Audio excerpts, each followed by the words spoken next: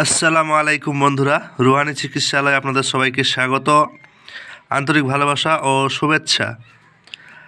অনেক দিন ধরে ভিডিও ঠিকমতো আপলোড হয়নি, যাই হোক, তাও আপনাদের মাঝে কিছু তথ্য নিয়ে আমি অনেক ভিডিওই করেছি, শর্ট ভিডিও আকারে হলেও। তো আজকের যে ভিডিওটা খুবই গুরুত্বপূর্ণ একটা আমল, সেটা হচ্ছে কি হাজিরাতের আমল। এটা সরাসরি হিন্দি কিতাব থেকে আপনাদের মাঝে আমি দেখাচ্ছি। তো এই কিতাবে সম্পূর্ণরূপে যা আছে শুধুমাত্র হাজিরাত বিষয়ে আমল আছে, এছাড়া অন্য কোনো বিন্দু পরিমাণ কোনো আমল নাই। কথা বোঝা গেল? এখন আপনি যদি মনে করেন যে এটা আমি কিভাবে কাজ করব, এটা তো হিন্দি লেখা, তো ভাই এর জন্য আমি ভিডিওটা বানাচ্ছি যাতে বাংলা ভাষায় আপনাদের বুঝিয়ে দিতে পারি। অনেকেই আছে যে হিন্দি পড়তে পারে, আর বেশিরভাগ বাঙালি ভাই আছে যারা পারে না।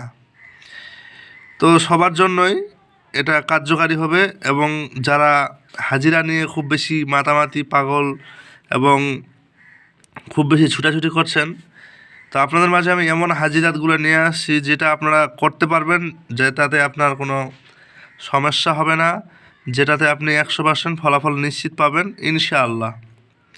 তো আজকের আমলটা যেটা হিন্দি ভাষায় লেখা আছে আমি সেটাও পড়ে শোনাবো, এবং বাংলায় সেটাও শোনাবো। লেখা আছে আলামে খাব কি হাজিরাত, মানে স্বপ্নর জগত, মানে স্বপ্নের মাধ্যমে আপনি হাজিরাত সম্পর্কে জানতে পারবেন এবং দেখতে পারবেন। এর কিছু সিস্টেম আছে, ঠিক আছে? তো আপনাদের মাঝে আমি সম্পূর্ণরূপে শোনাবো, দেখাবো এবং বোঝাবো ইনশাআল্লাহ। আপনারা সঙ্গে থাকুন, দেখতে পাবেন। মনোযোগ সহকারে ভিডিও যদি না দেখেন অনেক কিছু মিস করবেন, পরবর্তীতে বলবেন যে দাদা এই দেন, ভাই ওই দেন, উস্তাদ এই দেন, মানে আপনাদের সিস্টেমগুলো তো আমি বুঝতে পারি। তো যাই হোক, কেউ একজন আমাকে বারবার হাজিরা নিয়ে কমেন্ট করছিল যে আমাকে পানির মধ্যে হাজিরা দেখার দেন। আসলে পানির দ্বারা সবাই হাজিরা দেখতে পারে না, যেটা সত্য কথা। আপনাদের মাঝে ভাওতাবাজি কথা বলে এই করেন সেই করেন, সেটা সম্ভব না। যা জানি বলবো, কেউ জানতে পারে, আমার দ্বারা যেটা জানা আছে সেটাই বলবো, ঠিক আছে? তো এটা হচ্ছে আলামে খাবকে হাজিরাত, মানে হচ্ছে স্বপ্নের মধ্যে আপনারা হাজিরা দেখতে পারবেন। আগে নকশাটা দেখে নেন সুন্দরভাবে, এবং পারলে স্ক্রিনশট করে নেন, পরে লিখে নেবেন, ঠিক আছে? এই যে ভালো করে দেখেন, স্পষ্ট করে দেখাচ্ছি, দেখতে পাচ্ছেন? যদি কোনো কিছু বুঝতে সমস্যা হয় অবশ্যই জানাবেন, ঠিক আছে?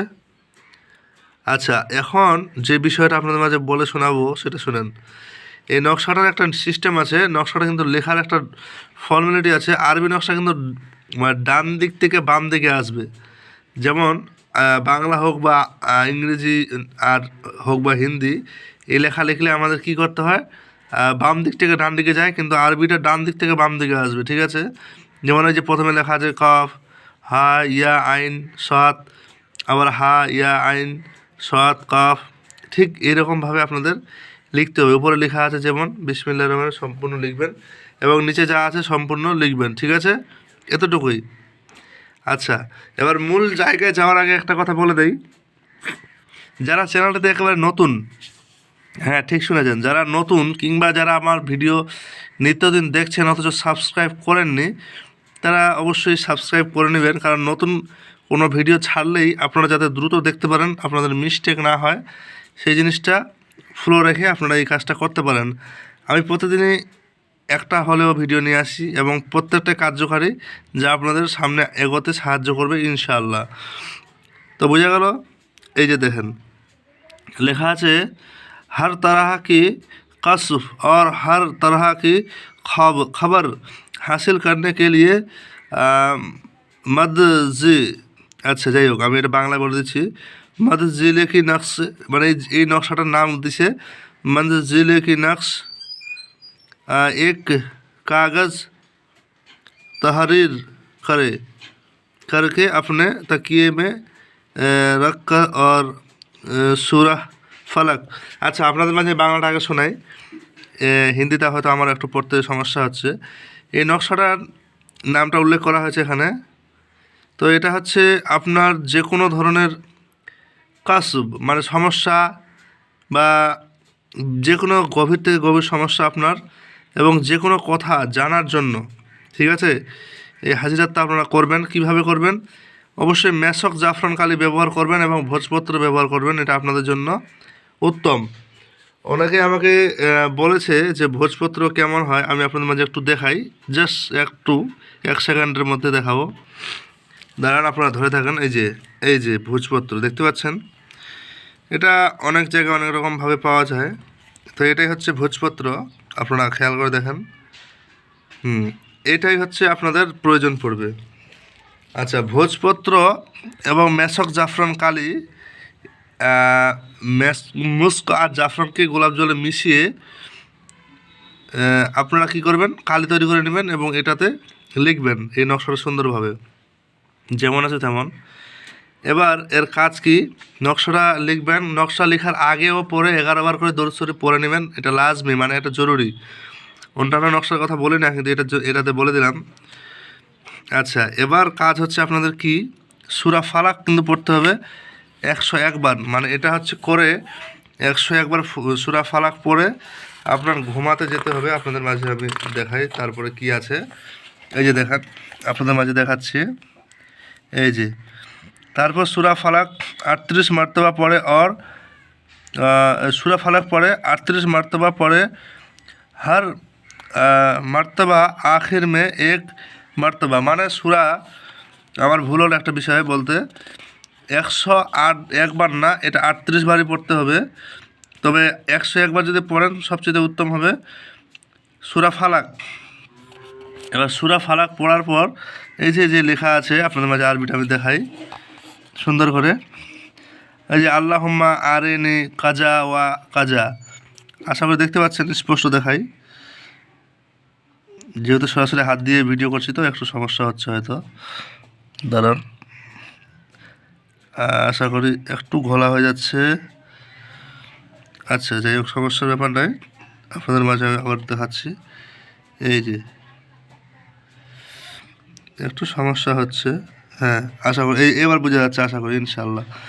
এই যে আল্লাহুম্মা আরিনি কাজা ওয়া কাজা, ঠিক আছে, আল্লাহুম্মা আরিনি কাজা ওয়া কাজা, ঠিক আছে। এবার বিষয়টা বলে দেই।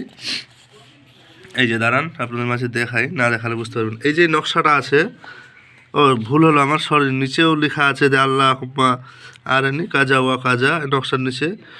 এবার কি সিস্টেমটা কি, সম্পূর্ণ নকশা লেখার পরে আপনাদের কি করতে হবে, বালিশের নিচে, মানে এই নকশাটা হাতে নিয়ে আপনার যেখানে ঘুমাবেন ওই বিছানায় বসে অবশ্যই চেষ্টা করবেন আপনার বিছানায় যাতে হাজিরা দেখার সময় যাতে কেউ না আপনার পাশে ঘুমায়, এরকম চেষ্টা করবেন। আপনার বালিশে তো ঘুমানো তো যাবেই না, আপনার পাশেও না ঘুমালে উত্তম হবে।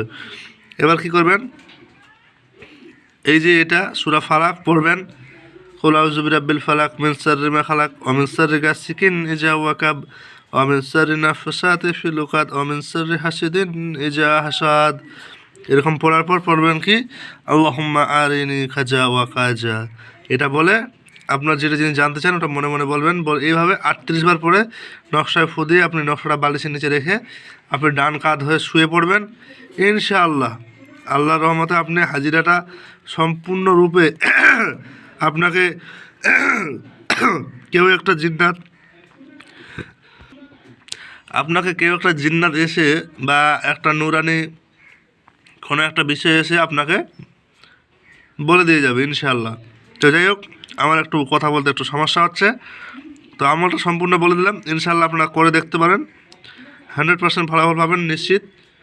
তবে যেখানে 38 বার বলেছি ওটা 51 বার কিংবা 101 বার পড়বেন, এটাই হচ্ছে লাজমি। কথা বোঝা গেল? তো ভালো থাকবেন সবাই, দেখা হচ্ছে আগামী কোনো ভিডিওতে। আল্লাহ হাফিজ।